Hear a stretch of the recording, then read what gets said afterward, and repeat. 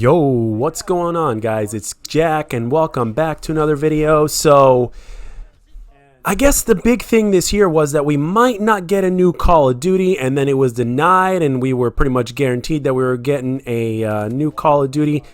But at the same time, it's actually both, because today it's been pretty much, well, first of all, the gentleman that has pretty much let this leak out has been a very credible source, and it's the Gaming Revolution, if I'm not mistaken, that has pretty much let the cat out of the bag, that he has been told that development hell in terms of the multiplayer for Call of Duty World War II Vanguard is so behind that they are actually going to be using Modern Warfare 2 Multiplayer Remastered to take its place. Now, first of all, do you guys think this is true, or do you call bullshit?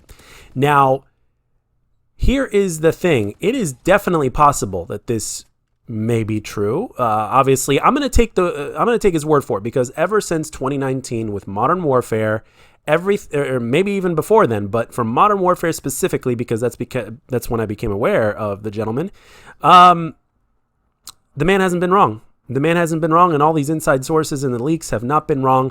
So I am going to take this as truth.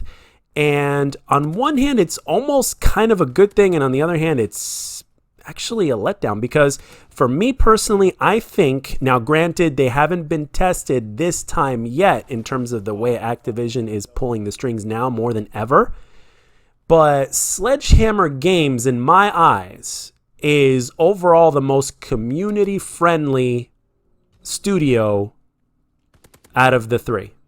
Now, I know it may be a little bit immature to say that, again, because they haven't been tested this time around. They've only been tested twice. Everybody else has been tested many times before, and the situation has been what the situation is, so it may be unfair to make such a statement. So I'm just judging from the past in terms of everything. I mean, before, I would say that Sledgehammer Games and Infinity Ward were tied around the time that Infinite Warfare came out and stuff like that. Even when Condrey was at the helm, they were still pretty humble. Like, for instance, we all know that supply drop started with Advanced Warfare, right? But then later on, Condrey basically added in a system during the game's launch to where basically it was like, okay, you guys, we understand that the weapon variants are what they are and all that kind of stuff, but you have a chance to get them, and this is how you get them. You basically, you reach Prestige 1 or Prestige 10, you get this one. You reach Prestige 11, you get this one. You reach Prestige 12, you get this one. So you could grind for it, which was really good. And again, Condrey, in terms of microtransactions and the way they handle things, he said not on his watch.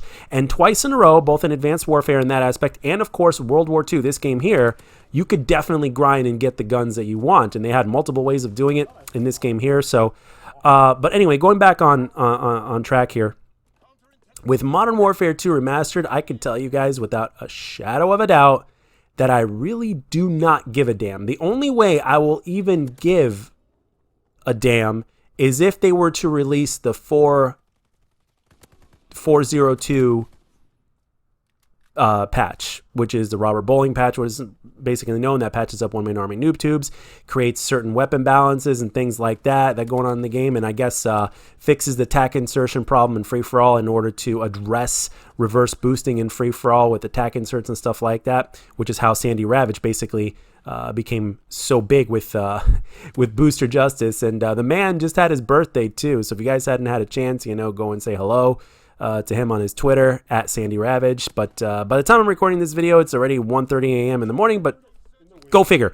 It gets leaked that Modern Warfare 2 Remastered is coming out, and that man was basically the king of Modern Warfare 2. If Modern Warfare 2 was the Matrix, Sandy Ravage was Neo. Let's put it that way, man. So, and obviously, and not obviously, but you guys know this, for those of you guys that are OGs here on my channel, but he was actually the main inspiration to me starting YouTube videos. Go figure. So, and then after that, it was XCal, and then a few other people like that. But even though I'm not a quote-unquote gameplay channel, I'm a commentary channel. But anyway, let's continue on here. So it is absolutely terrible. Now, first of all, are they going to play? Are the pros going to play Modern Warfare 2 Remastered, but like a patched up version, or not patched up version, a version that is more banned or whatnot? Now, even Chaos X Silencer or Jimmy or whatever the hell he's called now, or just Chaos or whatever the hell he's called. Basically, he asked 3 very important questions, and I actually retweeted and responded to those questions. He didn't ask me those questions, but I just figured I'd retweet the tweet. And he basically asked, like, how is it going to, basically three questions, but long story short, is it going to be patched up or is it going to be the same as it was before? So, in my opinion, in terms of what we've been shown through evidence over these last couple of years, in terms of how Activision and studios are treating the community, and as well as the Warzone community, not just the multiplayer community, but the Warzone community as well. Well, have they addressed the cheats the way they're supposed to? No. Has multiplayer been pretty much an afterthought? Is it lacking content and all that kind of stuff? Yes.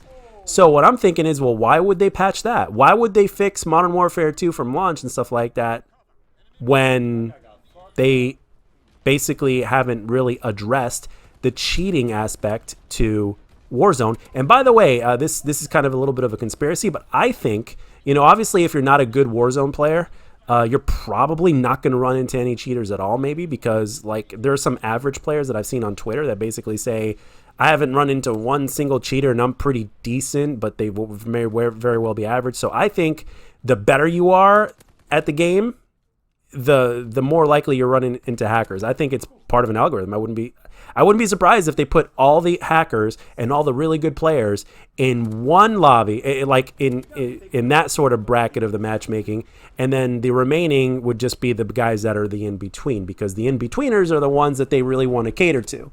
So, it's like, how do we maximize profits? That's the way how you do it. I mean, that's how Activision thinks. That's the way it happens, folks. So that's my theory. It may very well be a thing. It may not. Let me know down in the comment section what you guys think of this theory. I mean, it makes sense, doesn't it? So, and let's not forget the fact that even if Modern Warfare 2 were to be released in all its glory with the patch, the patch that a lot of Modern Warfare 2 fans have been wanting since that game came out after it started being broken and everything like that, right? That patch, if that were to come out, let me tell you something. Even though it was a version of Modern Warfare 2 that we didn't exactly get, one thing I will tell you is that Modern Warfare 2 is going to get old pretty quick. And I'll tell you why. Because we've been there and we've done that. Whether the game gets released like it was or not, it will not last very long. It will not keep people engaged very long. And of course, another reason, like originally when it was announced that the game was World War II, it was going to be called World War II Vanguard, after a while I thought about it and I thought to myself, well, this makes all the sense in the world, because if they're going into development hell and if they've got one less year to create this thing than they normally should, then it makes all the sense in the world, because they can copy and paste a few things from this game, World War II, like a few of the maps, like London Docks, the one you saw previously, and even this one, Sandbox, terrific maps, great maps. They can just cut and paste those and put those in this game as content. And it just made sense to me that way. So, and they've kind of done that with Black Ops 4, and they did that with Black Ops Cold War. They're continuing to do that. So it's like, well, you guys know how Activision likes to rinse and repeat. I'm pretty sure the developers don't. I mean, on one hand, I understand how it helps them out given the current situation, but, Activision, the less of an investment that they have to make in the game while maximizing profits, the better. That is it for them. Why do you think that they're not investing in an anti-cheat or whatnot? They're just banning accounts, and while people are just making new accounts, and around we go. The more people play, whether they cheat or not, the more money Activision makes. That is the way it works, unfortunately, and they don't care, because there's nothing we could do about it, and people are going to keep playing the game because most people suck, and that's why a lot of the cheaters cheat, because they suck. It's simple as that. So it's like, well, these are our casuals. These are the ones that are we want, that are gonna make us money, and they're gonna be buying the bundles and all that kind of stuff, including the new Moab bundle that is basically like what, $100. You get like Bruce Willis and Sylvester Stallone or whatnot as your as the guys you can play as and shit like that, and God knows what else you can get. But you guys know the drill. So at this point, that sucks. It's a good thing we got Halo Infinite and Battlefield coming, because if those games play their cards right, I think they can definitely pull a few of the players in Call of Duty in their direction. Like, for instance, Battlefield, as you guys know, has it's basically said that it's going to be multiplayer only. It may or may not have Battle Royale, but I don't think that's enough that's going to kill it, because if they play their cards right, Battlefield is also going to attract a lot of COD players because of this, and it's going to be released around the same time as COD. So since Call of Duty is going to lack a traditional multiplayer, guess what? we're gonna migrate on to Battlefield. Like I made a video, even a small ass channel like myself made a video talking about Battlefield 2021, and my views skyrocketed into the 200s, and I haven't reached anywhere near that in God knows how long. So people definitely have an interest, including Call of Duty players, which is basically what this channel is mainly about right now. Call of Duty. So, and with Halo, another thing is the game is going to be obviously available on Game Pass day one, right? The multiplayer version of the game, right? Just the multiplayer is going to be free to play, and you don't even need Xbox Live Gold, and the game is going to be cross-play.